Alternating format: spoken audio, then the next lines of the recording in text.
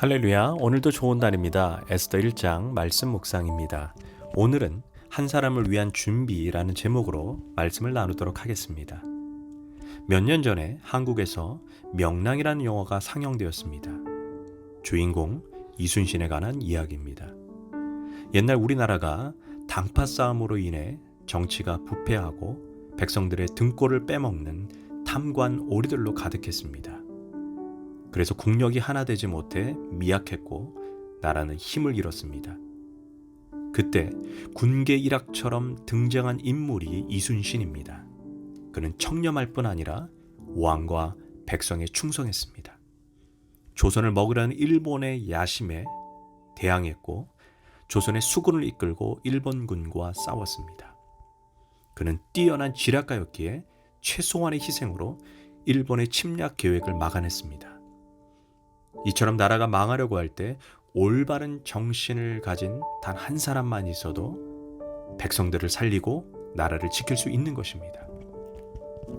그래서 복음 전도자 존 낙스는 이러한 말을 했습니다. 기도하는 한 사람이 기도하지 않는 한 민족보다 강하다라고 했습니다. 즉, 한 사람의 중요성을 간파한 것입니다. 이와 동일하게 페르시아 제국에서 하만이라는 악한 자에 의해 유다 백성 전체가 몰살당할 위기에 처하게 됩니다. 이때를 위해 하나님은 신실한 믿음의 여인 에스더를 준비시켰고 그녀가 하만의 악한 계획을 무력화시켜 페르시아에 사는 하나님 백성 전체를 구하게 됩니다. 놀라운 것은 에스더는 포로민의 후손으로 태어나고 그녀의 부모는 강제 노동을 하다 죽는 바람에 사촌 오빠의 손에서 고아처럼 자란 불쌍한 소녀입니다. 그러한 연약한 소녀, 세상에 아무도 주목하지 않는 그 소녀를 통해 하나님은 이스라엘 백성 전체를 보호하셨던 것입니다. 이처럼 하나님 손에 붙잡히면 가능성 없는 자들도 위대한 하나님의 도구로 쓰임받게 되는 것입니다. 당시 전 세계 패권을 장악한 페르시아의 아하수로 왕은 인도에서 구스까지 엄청나게 넓은 땅을 정복합니다. 전국을 127도로 나누고 주도면밀한 통치를 하기 위해 모든 총독과 신하들을 불러 무려 180일 동안 잔치를 열어줍니다. 그는 지방 통치자들을 단합시키고 자신의 위엄과 나라의 부함을 보여주기 위해 6달 동안 잔치를 연 것입니다. 그러나 이런 잔치 배후에 하나님은 에스더를 무대에 등장시키기 위해 놀라운 연출을 준비하고 있었습니다. 결국 이 잔치 마지막 날에 왕비인 와스티가 폐위됨으로 인해 이후에 이스라엘을 구할 왕비 에스더가 역사의 무대에 등장합니다. 그렇다면 왕비 와스티가 어떻게 해서 폐위되었을까요? 아하수로 왕은 180일간의 잔치가 성공적으로 끝난 것이 너무나 기뻤습니다. 모든 신하들도 역시 아하수로 왕은 전 세계를 다스릴 만한 유능한 왕이라고 생각했습니다. 그렇게 잔치가 클라이막스에 도달했을 때 왕은 기분이 너무 좋아 자신의 왕비의 아름다움을 모든 사람들 앞에 자랑하고 싶었습니다. 그 즉시 왕비를 데려오라고 했습니다. 그런데 왕비가 자신이 바쁘다는 핑계로 이런지야 거절을 합니다. 이로 인해 왕은 주변 신하들과 백성들 앞에서 한순간에 웃음거리가 되고 자신의 위엄과 부요함을 보여주려는 잔치는 한순간에 실패로 끝나게 됩니다. 그로 인해 왕의 마음이 매우 분노하게 되었고 왕은 자신의 마음을 다스리지 못하게 됩니다. 아마 추측하건대 와스티는 왕을 무시하는 것이 자신이 더 높아질 수 있다고 생각했던 것 같습니다. 그러나 와스티의 이런 교만한 생각으로 인해 자신에게 몰락을 가져왔습니다.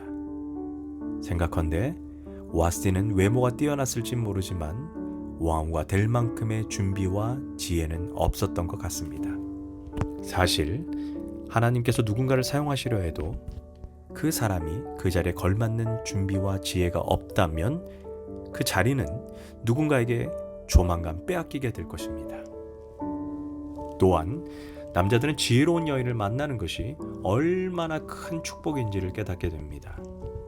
지혜로운 여인은 큰 그림을 가지고 남편을 만들어 갑니다. 남편이 어려움에 처하거나 고통을 당할 때 조언과 기도를 해주어서 남편의 조력자가 됩니다. 그러나 미련하고 어리석은 여인은 남편이 성공했을 때 그 돈을 가지고 부동산 투기를 한다든지 위장 전입을 해서 나중에 남편이 고위공직 후보에 올라 청문회를 할 때 다 들통나서 망신을 당하게 합니다. 그래서 지혜로운 여인은 남편이 유명해지기 전부터 깨끗하게 돈을 모으고 남편에게 일체 부정을 하지 못하게 합니다. 사실 이 왕의 성대한 잔치와 왕비 와스디의 폐위는 하나님의 백성과는 전혀 연관성이 없어 보입니다. 이런 세상의 잔치, 권력 다툼, 왕비의 폐위, 그러나 그 속에 하나님의 놀라운 섭리가 진행되고 있었다는 것입니다.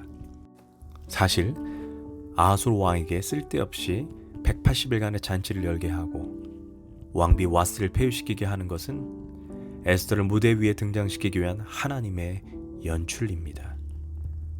오늘 우리 주위에 일어난 수많은 일들은 우리와 상관없는 것처럼 보입니다.